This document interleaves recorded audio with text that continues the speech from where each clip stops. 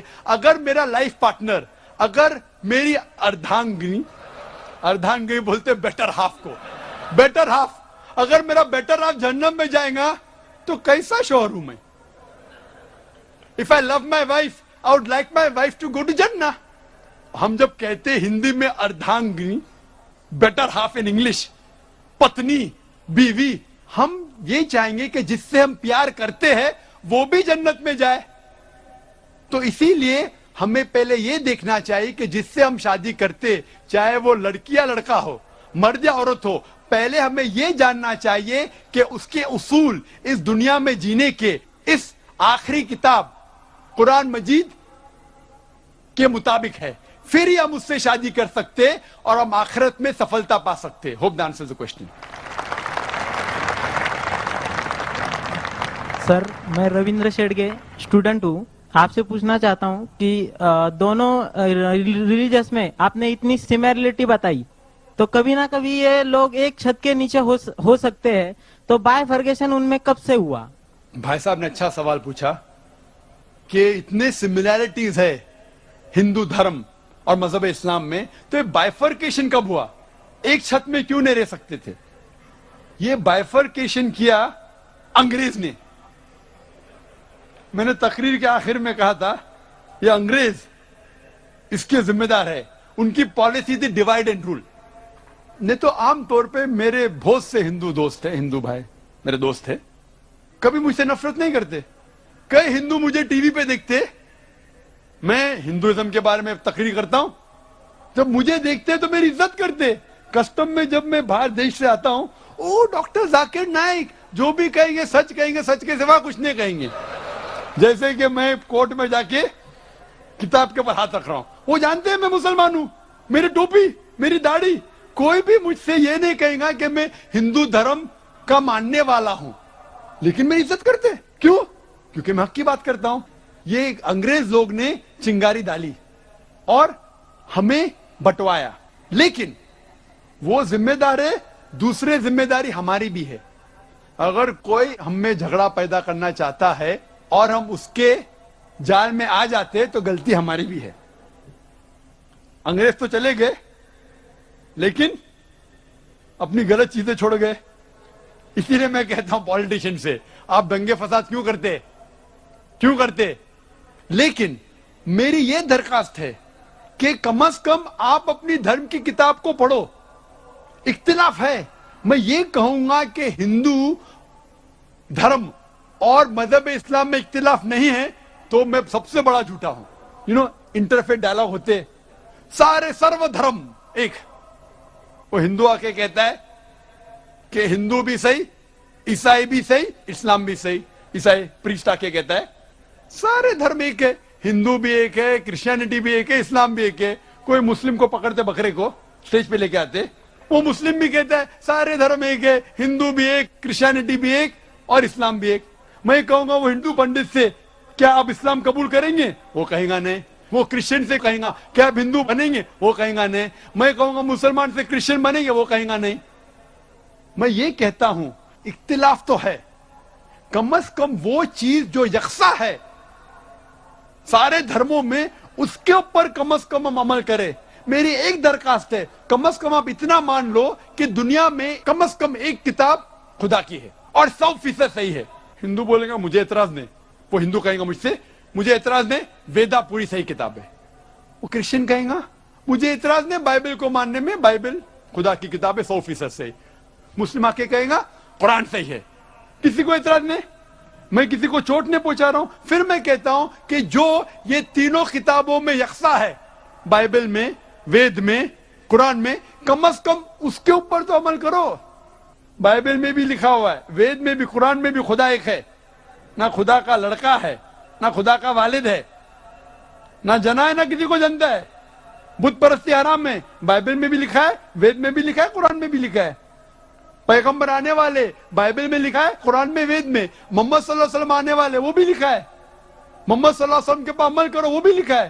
تو جو چیز اختلاف کی اس کو چھوڑ دو, کم از کم جو چیز یکساں ہے اس کے اوپر تو عمل کرو. تو میں جھوٹ موٹ کا یہ نہیں بول رہا ہوں کہ سارے دھرم ایک ہے, میں تقابل مذاہب کا طالب علم ہوں. اگر میں ایسا کہوں گا تو سب سے بڑا جھوٹ کہہ رہا ہوں. میں یہ کہتا ہوں کہ آپ کے کتاب کا مطالعہ کرو, کم از کم جو چیز یکساں ہے اس کے اوپر عمل کرو. جو ڈفرنسز ہے, اختلاف ہے, اس کو بعد میں دیکھیں گے. تعالوا الی کلمۃ سواء بیننا وبینکم, آؤ ہم اس بات کی طرف جو آپ اور ہم میں یکساں ہے. سب سے پہلی بات, اللہ نعبد الا اللہ, ہم عبادت کریں صرف اللہ کی اور کسی کی نہیں, صرف خدا کی. تو میں یہ کہہ رہا ہوں کہ یکسانیت ہے, اس کو ہم جانیں, اس کے اوپر عمل کریں. اور اگر آپ وید پڑھیں گے, وید میں لکھا ہوا ہے ایک آنے والا ہے پیغمبر, اس کا نام ہے نرشنسا, وہ قورما ہے. ایک کل کے اوتار آنے والا ہے, وہ آپ کو سیدھے راستے پہ لے کے جائیں گے. کل کے اوتار محمد صلی اللہ علیہ وسلم, اس پہ نازل ہوئی قرآن. تو میں کہہ رہا ہوں کہ وید کی کم از کم تحقیق کرو, ہندو دھرم کی کتاب کی تحقیق کرو, اور پھر ہم مل جل کے ایک چھت میں رہ سکتے اور ہمارے دیش کو آگے بڑھا سکتے.